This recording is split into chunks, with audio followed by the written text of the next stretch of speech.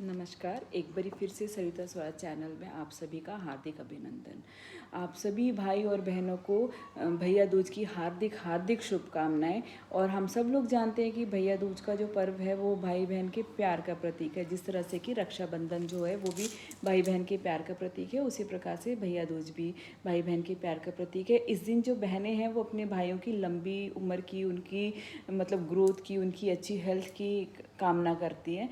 तो जैसे रक्षाबंधन के दिन वो उनको एक राखी बांधती हैं, उसी प्रकार से इस दिन जो है वो उनको अपने भाइयों को तिलक लगाती हैं। और पौराणिक कथाओं के अनुसार जो भाई हैं वो अपनी बहनों के पास जाते हैं, उनके पास भोजन ग्रहण करते हैं और ये आपस में एक दूसरे के साथ मिलकर इस पर्व को बनाते हैं हर्षोल्लास के साथ। और बहनें अपने भाई की लंबी उम्र की कामना करती हैं। तो ये पर्व जो है हम सब लोग जानते हैं कि इस पर्व को हम कार्तिक मास की जो द्वितीय तिथि आती है, शुक्ल पक्ष की जो द्वितीय तिथि होती है, उस तिथि को इस पर्व को मनाया जाता है। और इस पर्व को मनाने के लिए बहनें जो है अपने भाइयों को इनवाइट करती हैं। जो दूर रहते हैं, जिनकी शादी हो गई है, भाई लोग उनसे मिलने के लिए जाते हैं।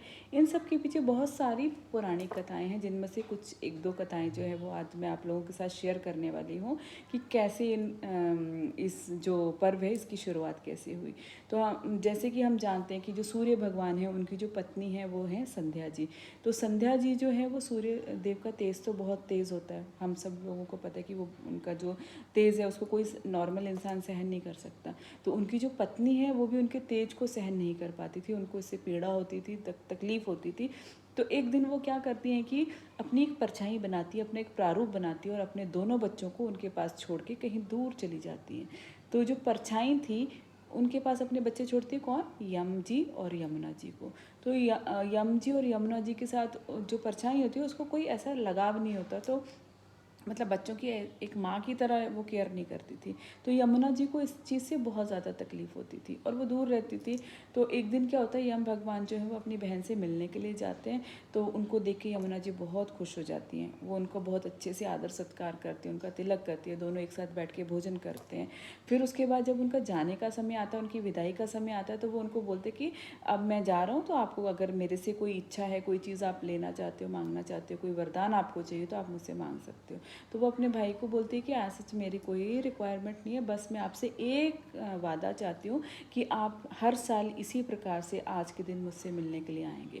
तो उसके बाद से ही ये मान्यता, उन्होंने उसको मतलब कि अपना वचन दे देते हैं। तो उसके बाद से ही ये मान्यता मानी जाती है कि जो भाई जो हैं वो हर द्वितीय तिथि के दिन अपनी बहनों के पास जाते हैं, भोजन करते हैं, बहनें उनको तिलक करती हैं और वो सब लोग उनकी मतलब लंबी का उम्र की कामना करते हैं, उनकी अच्छी हेल्थ की, उनकी प्रॉस्पेरिटी की कामना करते हैं और वो इस उत्सव को एक साथ मिलके बनाते हैं। और इसके बाद एक दूसरी जो पौराणिक कथा है उसके अनुसार क्या था कि एक वृद्ध महिला थी, उसके दो बच्चे थे, एक बेटा और एक बेटी। जो बेटी थी वो थोड़े गर्म स्वभाव की थी और किसी को भी अपशब्द बोल देती थी। उसकी शादी हो गई थी और वो दूर देश रहती थी। तो जो मदर है वो बड़ी अपसेट रहती थी कि इसको एकदम से गुस्सा आ जाता है, किसी को कुछ भी बोल देती है, मतलब कि सोचती नहीं है बोलने से पहले। तो एक दिन वो अपने ब्रदर को भी ऐसे ही करती थी वो। तो एक दिन उसका भाई होता है, वो अपनी मदर को बोलता है कि बहुत दिन हो गए और मैं मतलब उनसे मिलने के लिए जाना चाहता हूँ। तो वो मदर उसको बोलती है कि ना ही जाओ तो अच्छा है, क्योंकि वहाँ जाकर तुम्हें पता नहीं है कि वो कैसा बिहेव तुम्हारे साथ करेगी, कहीं गुस्से में कुछ बोल देगी, तुम्हें बुरा लग जाएगा। तो वो बोलता है नहीं, लेकिन उसको बोलता है कि नहीं मेरे को फिर भी उनसे मिलने के लिए जाना है। तो मदर बोलती है ओके जाओ, तो उसको वो भेज देती है। तो अब उसको एक लंबा सफ़र तय करके जाना था, क्योंकि वो दूर देश रहती थी, मतलब दूर गांव रहती थी। तो उसको मिलने के लिए जाना था। तो जाने से पहले उसको एक नदी पार करनी थी। तो जैसे ही वो नदी के पास पहुंचता है, नदी तो उसको रोक लेती है। वो कहती है आज तो मैं तेरा काल हूँ, मैं तेरे को ये नदी पार नहीं करने दूंगी, आज मैं तेरे को अपने साथ बहा के ले जाऊंगी, तेरी मृत्यु हो जाएगी, तू आगे नहीं जा सकता। तो वो उसको रिक्वेस्ट करता है कि मतलब मैं बहुत दिनों के बाद अपनी बहन से मिलने के लिए जा रहा हूँ, तो प्लीज़ मेरे को इतनी देर का टाइम तो दो कि एटलीस्ट मैं उससे मिल के वापस आ सकूँ। जब मैं वापस आ जाऊँगा तो जैसी आपकी इच्छा हो आप ऐसा कर सकते हो, एक बारी लेकिन मुझे अपनी बहन से मिल लेने दीजिए। उसके बाद वो उसको जाने देती है, बोलती ठीक है कि वापसी पे बात करेंगे। तो वो जब वो आगे जाने लगता है तो एक सांप रास्ते में आता है। तो अब वो सांप उसको बोलता है कि आज मैं तुझे डस लूँगा, आज मैं तेरा काल हूँ, मतलब तेरी मृत्यु हो जाएगी, तू आगे नहीं जा सकता, तेरा सफ़र यहीं तक था। तो फिर वो उसको रिक्वेस्ट करता है कि नहीं प्लीज़ मेरे को एटलीस्ट जाने दो, मैं अपनी बहन से इतने दिनों के बाद मिलने के लिए जा रहा हूँ, तो इतना टाइम दे दो कि मैं उससे मिल के वापस आ जाऊँ। तो वो बोलता है ठीक है जाओ, मैं यहीं वेट कर रहा हूँ। फिर उसके बाद जब वो और आगे के लिए जाता है तो एक शेर उसका इंतज़ार कर रहा होता है। तो वो बोलता है कि आज मैं तुझे खाकर अपनी भूख मिटाऊंगा, आज तो तू मेरा भोजन बनेगा और मैं तुझे मार दूंगा। वो उसको भी रिक्वेस्ट करता है कि मेरे को अपनी बहन से मिल के तो आने दीजिए। तो वो अपनी बहन से मिलने के लिए चला जाता है। वो बोलता है ठीक है आप जाओ वापसी पे, लेकिन मैं यहीं मिलूँगा। तो वो बोलता है ठीक है। फिर वो जाके थका हारा अपनी बहन के दरवाजे पे पहुँचता है, तो बाहर से उसको आवाज़ें लगाता है कि बहन बहन मैं तुम्हारा भाई मिलने के लिए आया हूँ तुमसे। लेकिन अंदर से कोई आवाज़ नहीं आती, क्योंकि उस टाइम पे उसकी बहन जो है वो चरखा कात रही होती है, सूत का धागा बना रही होती है। तो ये मान्यता थी, एक ये पौराणिक मान्यता है कि अगर कोई चरखा कात रहा होता है, उसके बीच में वो जो सूत का धागा है अगर वो टूट जाता है, तो जो उसको कात रहा होता है अगर उसका इकलौता भाई होता है तो उसने उस टाइम पे बोलना नहीं होता है। ये पौराणिक कथाओं के अनुसार एक मान्यता है। तो उसकी वो धागा टूट जाता है, तो वो सिस्टर जो है वो अपने भाई का जवाब नहीं देती। तो वो बड़ा दुखी होता है कि मैं इसको इतनी देर से आवाज़ें लगा रहा हूँ, ये तो कोई जवाब ही नहीं दे रही। तो वो वापस मुड़ आता है, वहाँ से वापस जाने लगता है। तो वो बहन अंदर बेचारी सोच रही होती है कि ये जल्दी से जुड़ जाए तो एटलीस्ट मैं जाकर अपने भाई से बात तो करूँ। तो वो जल्दी जल्दी उस जैसे तैसे उसको जल्दी जल्दी जोड़ती है और बाहर जाके देखती है कि उसका भाई तो चला गया। वो दौड़ी जाती है भाई के पीछे और उसको रोकती है, उससे क्षमा प्रार्थना करती है कि भाई देख ऐसे ऐसे हो गया था, मैं धागा बुन रही थी और उस टाइम पे वो धागा जो है वो कात रही थी, वो टूट गया, तो मैंने उस टाइम पे तो बोलना नहीं था कुछ भी। तो वो उसको प्यार से घर लेकर आती है। फिर वो अपनी नेबर जो है कहती है बैठो मैं तुम्हें खाना वगैरह खिलाऊंगी। तो फिर वो अपने नेबर से जाके पूछती है अच्छा अगर आपका बहुत प्रिय कोई इंसान आपके घर पर आ जाता है और अगर उसको भोजन कराना हो तो उसको क्या करना चाहिए, कैसे कराना चाहिए। तो उसकी जो पड़ोसन होती है वो उसके साथ मजाक करती है और उसको बोलती है कि जो तेल होता है उसका चौका बनाना चाहिए और जो चावल होते हैं चावल जो है वो घी में बनाने चाहिए। तो वो उसकी सुन लेती है, उसको लगता है कि ये तो सच बोल रही होगी। वो जाके जो चौका जो है वो तेल का लगा देती है। तो वो तेल का चौका तो सूखेगा कैसे अब, और दूसरी साइड जो है वो चावल बनने के लिए रख देती है घी में डाल के। अब ना तो चावल पकते हैं ना तो चौका सूखता है। तो भाई को तो बहुत भूख लगी होती है हार फिर के, क्योंकि वो इतना लंबा सफ़र कर कर आया होता है। वो उससे पूछता है कि मतलब खाना बनने में कितना टाइम बाकी है। तो वो बोलती है बस थोड़ा सा टाइम है। फिर वो बोलते क्यों नहीं पक रहा ये। तो बोलती कि मैंने ऐसे ऐसे अपनी पड़ोसन से पूछा था, तो उसने बोला कि वो इसका चौका लगा दो तेल का और घी में चावल बने रख दो। तो वो हंसने लगता, कहते अरे उसने तो तुम्हारे साथ मजाक किया था और तुमने सच्ची मान लिया।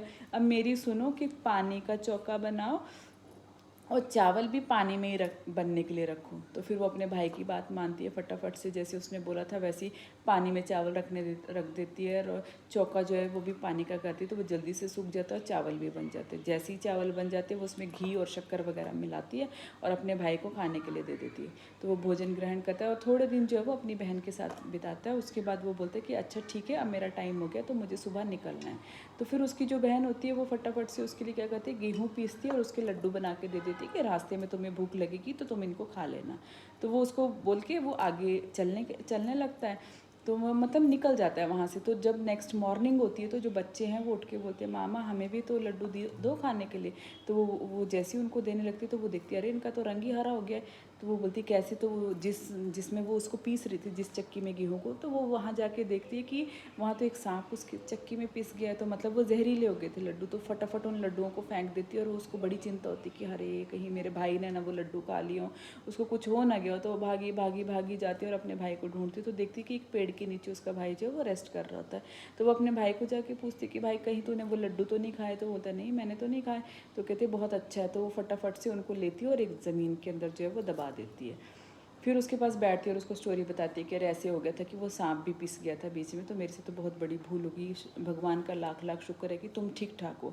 तो वो उसको बोलती कि मुझे ना प्यास लग रही है। तो वो बोलता पास में एक तालाब है, मैंने भी वहीं से पानी पिया, तो मैं लेकर आता हूँ। तो बोलता नहीं तुम बैठो मैं जाती हूँ। तो वो जब वहाँ पर जाती है तो वो देखती है एक बूढ़ी अम्मा बैठी होती है। तो वो कुछ कर रही होती, काम कर रही होती। तो वो उससे बोलती कि आप ये क्या कर रहे हो। तो कहते मैं तो मतलब एक काल का रूप हूँ और मैं तो एक लेडी है, उसका भाई जो है उसको अपने साथ ले जाने के लिए आई हूँ बोलते। तो वो उससे पूछते कि वो लेडी कौन है। तो वो बताती है कि उसने अपने भाई को ना सांप के पिसे हुए गेहूं के आटे के लड्डू बना के दे दिए थे और वो अब मैं उसको लेके जाऊंगी। तो उसको बहन को पता लग जाता है कि ये तो मेरे ही बारे में बात कर रही है। तो फिर वो उसको वो बोलती है कि अच्छा तो मैं इससे कैसे अपने भाई को बचा सकती हूँ। फिर वो उसको उपाय बताती है। कहती कि तुम्हें उसके साथ जाके रहना होगा और उसको वैसे ही अपशब्द बोलने होंगे जिस प्रकार से तुम बोलती थी। तुम्हें अपने मायके जाके रहना होगा तब तक जब तक कि इसकी शादी नहीं हो जाती, और सारे जो इसके जितने भी इसके संकट है वो अपने ऊपर लेने होंगे। तो वो बोलती है कि ठीक है कोई बात नहीं। फिर वो फटाफट से वापस आती है और अपने भाई को बोलती है 1 मिनट के लिए रुक जाओ, क्योंकि भाई ने बताया होता है कि रास्ते में वो 3 चीज़ें मेरे को मिली थी जो कि मेरे को मारने वाली थी। तो फिर वो फटाफट से घर जाती है, तो वो एक प्लेट लेकर आती है और उस प्लेट में एक चुन्नी होती है, थोड़ा सा दूध होता है और मांस के कुछ टुकड़े होते हैं। तो वो रास्ते में जब जाते तो सबसे पहले उनको शेर मिल जाता है। तो शेर बोलता है कि मैं अब तुम्हें तो खा जाऊंगा। तो बहन जो होती है फटाफट मांस के टुकड़े उसके आगे रख देती है और वो वहाँ से निकल लेते हैं, क्योंकि शेर का ध्यान मांस के टुकड़ों पे चला जाता है। तो वो वहाँ से निकल लेते हैं, तो एक बला जो उसके भाई के ऊपर से टल जाती है। और दूसरा जो है वो सांप आ जाता है उसको काटने के लिए, तो वो फटाफट से उसके आगे दूध रख देती है, तो वो दूध पीने लग जाता है और वो वहाँ से भी निकल जाते हैं। तो दूसरी भी जो संकट होता है वो किसी न किसी तरीके से टल जाता है। अब तीसरा संकट जब नदी के पास आते हैं, तो नदी जो बोलती है अब मैं तुझे बहा के ले जाऊंगी, तो फटाफट वो चुन्नी उसके ऊपर उड़ा देती है। और तो जैसी चुन्नी नदी के ऊपर उड़ाती है तो वो नदी जो है वो खुश हो जाती है और उन लोगों को रास्ता दे देती है जाने के लिए। अब वो घर ठीक ठाक से पहुंच जाते हैं और घर जाते ही वो अपने भाई को अपशब्द बोलने शुरू कर देती है। तो वो उसकी मदर उसको बोलती है मैंने तुम्हें पहले ही बोला था कि मतलब ये तुम्हारे साथ अच्छा करती नहीं है, तो तुम इसको साथ ही क्यों लेकर आ गए। कहते पर रास्ते में तो ये बहुत अच्छी थी, पता नहीं क्यों ऐसा कर रही है। फिर वो वहीं पे रहती है, मतलब अपने भाई से लड़ती भी है, सब कुछ बोलती है उसको। फिर उसको बोलती है मैं रहूँगी इसकी शादी तक यहीं रहूँगी। फिर उसकी शादी वाला दिन भी आ जाता है। तो जब उसकी शादी वाला दिन आता है, तो जब वो जाने वाले होते हैं दुल्हन के को लेने के लिए, तो क्या होता है कि वो बोलती है पहले मैं जाऊँगी, पहले ये नहीं जाएगा।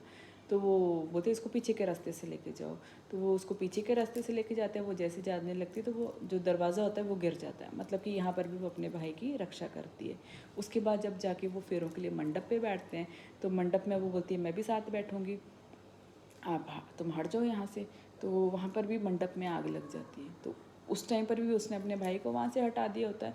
तो क्या होता है यहाँ पर वो फिर से उसके भाई की रक्षा हो जाती है।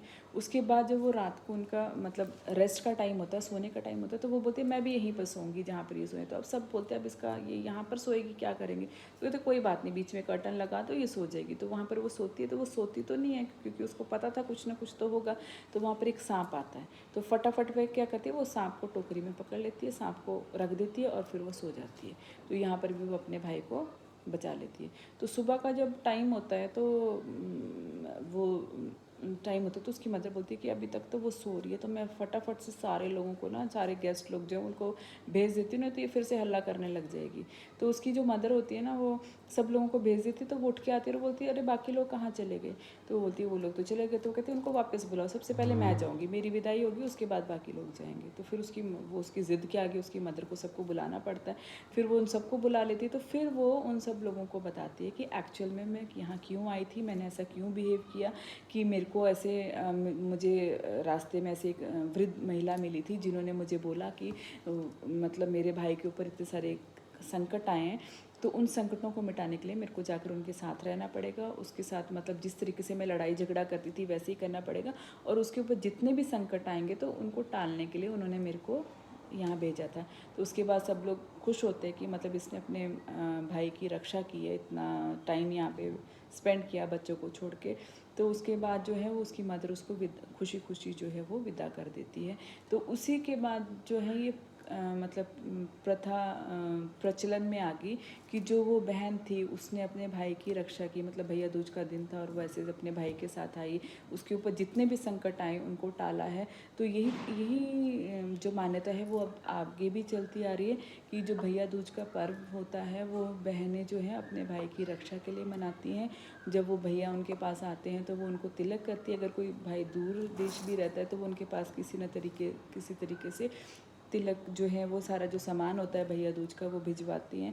और अगर मिल पाते हैं भाई बहन तो बहुत अच्छा होता है, वो साथ में बैठ के खाना खाते हैं, मतलब अपनी बातचीत करते हैं।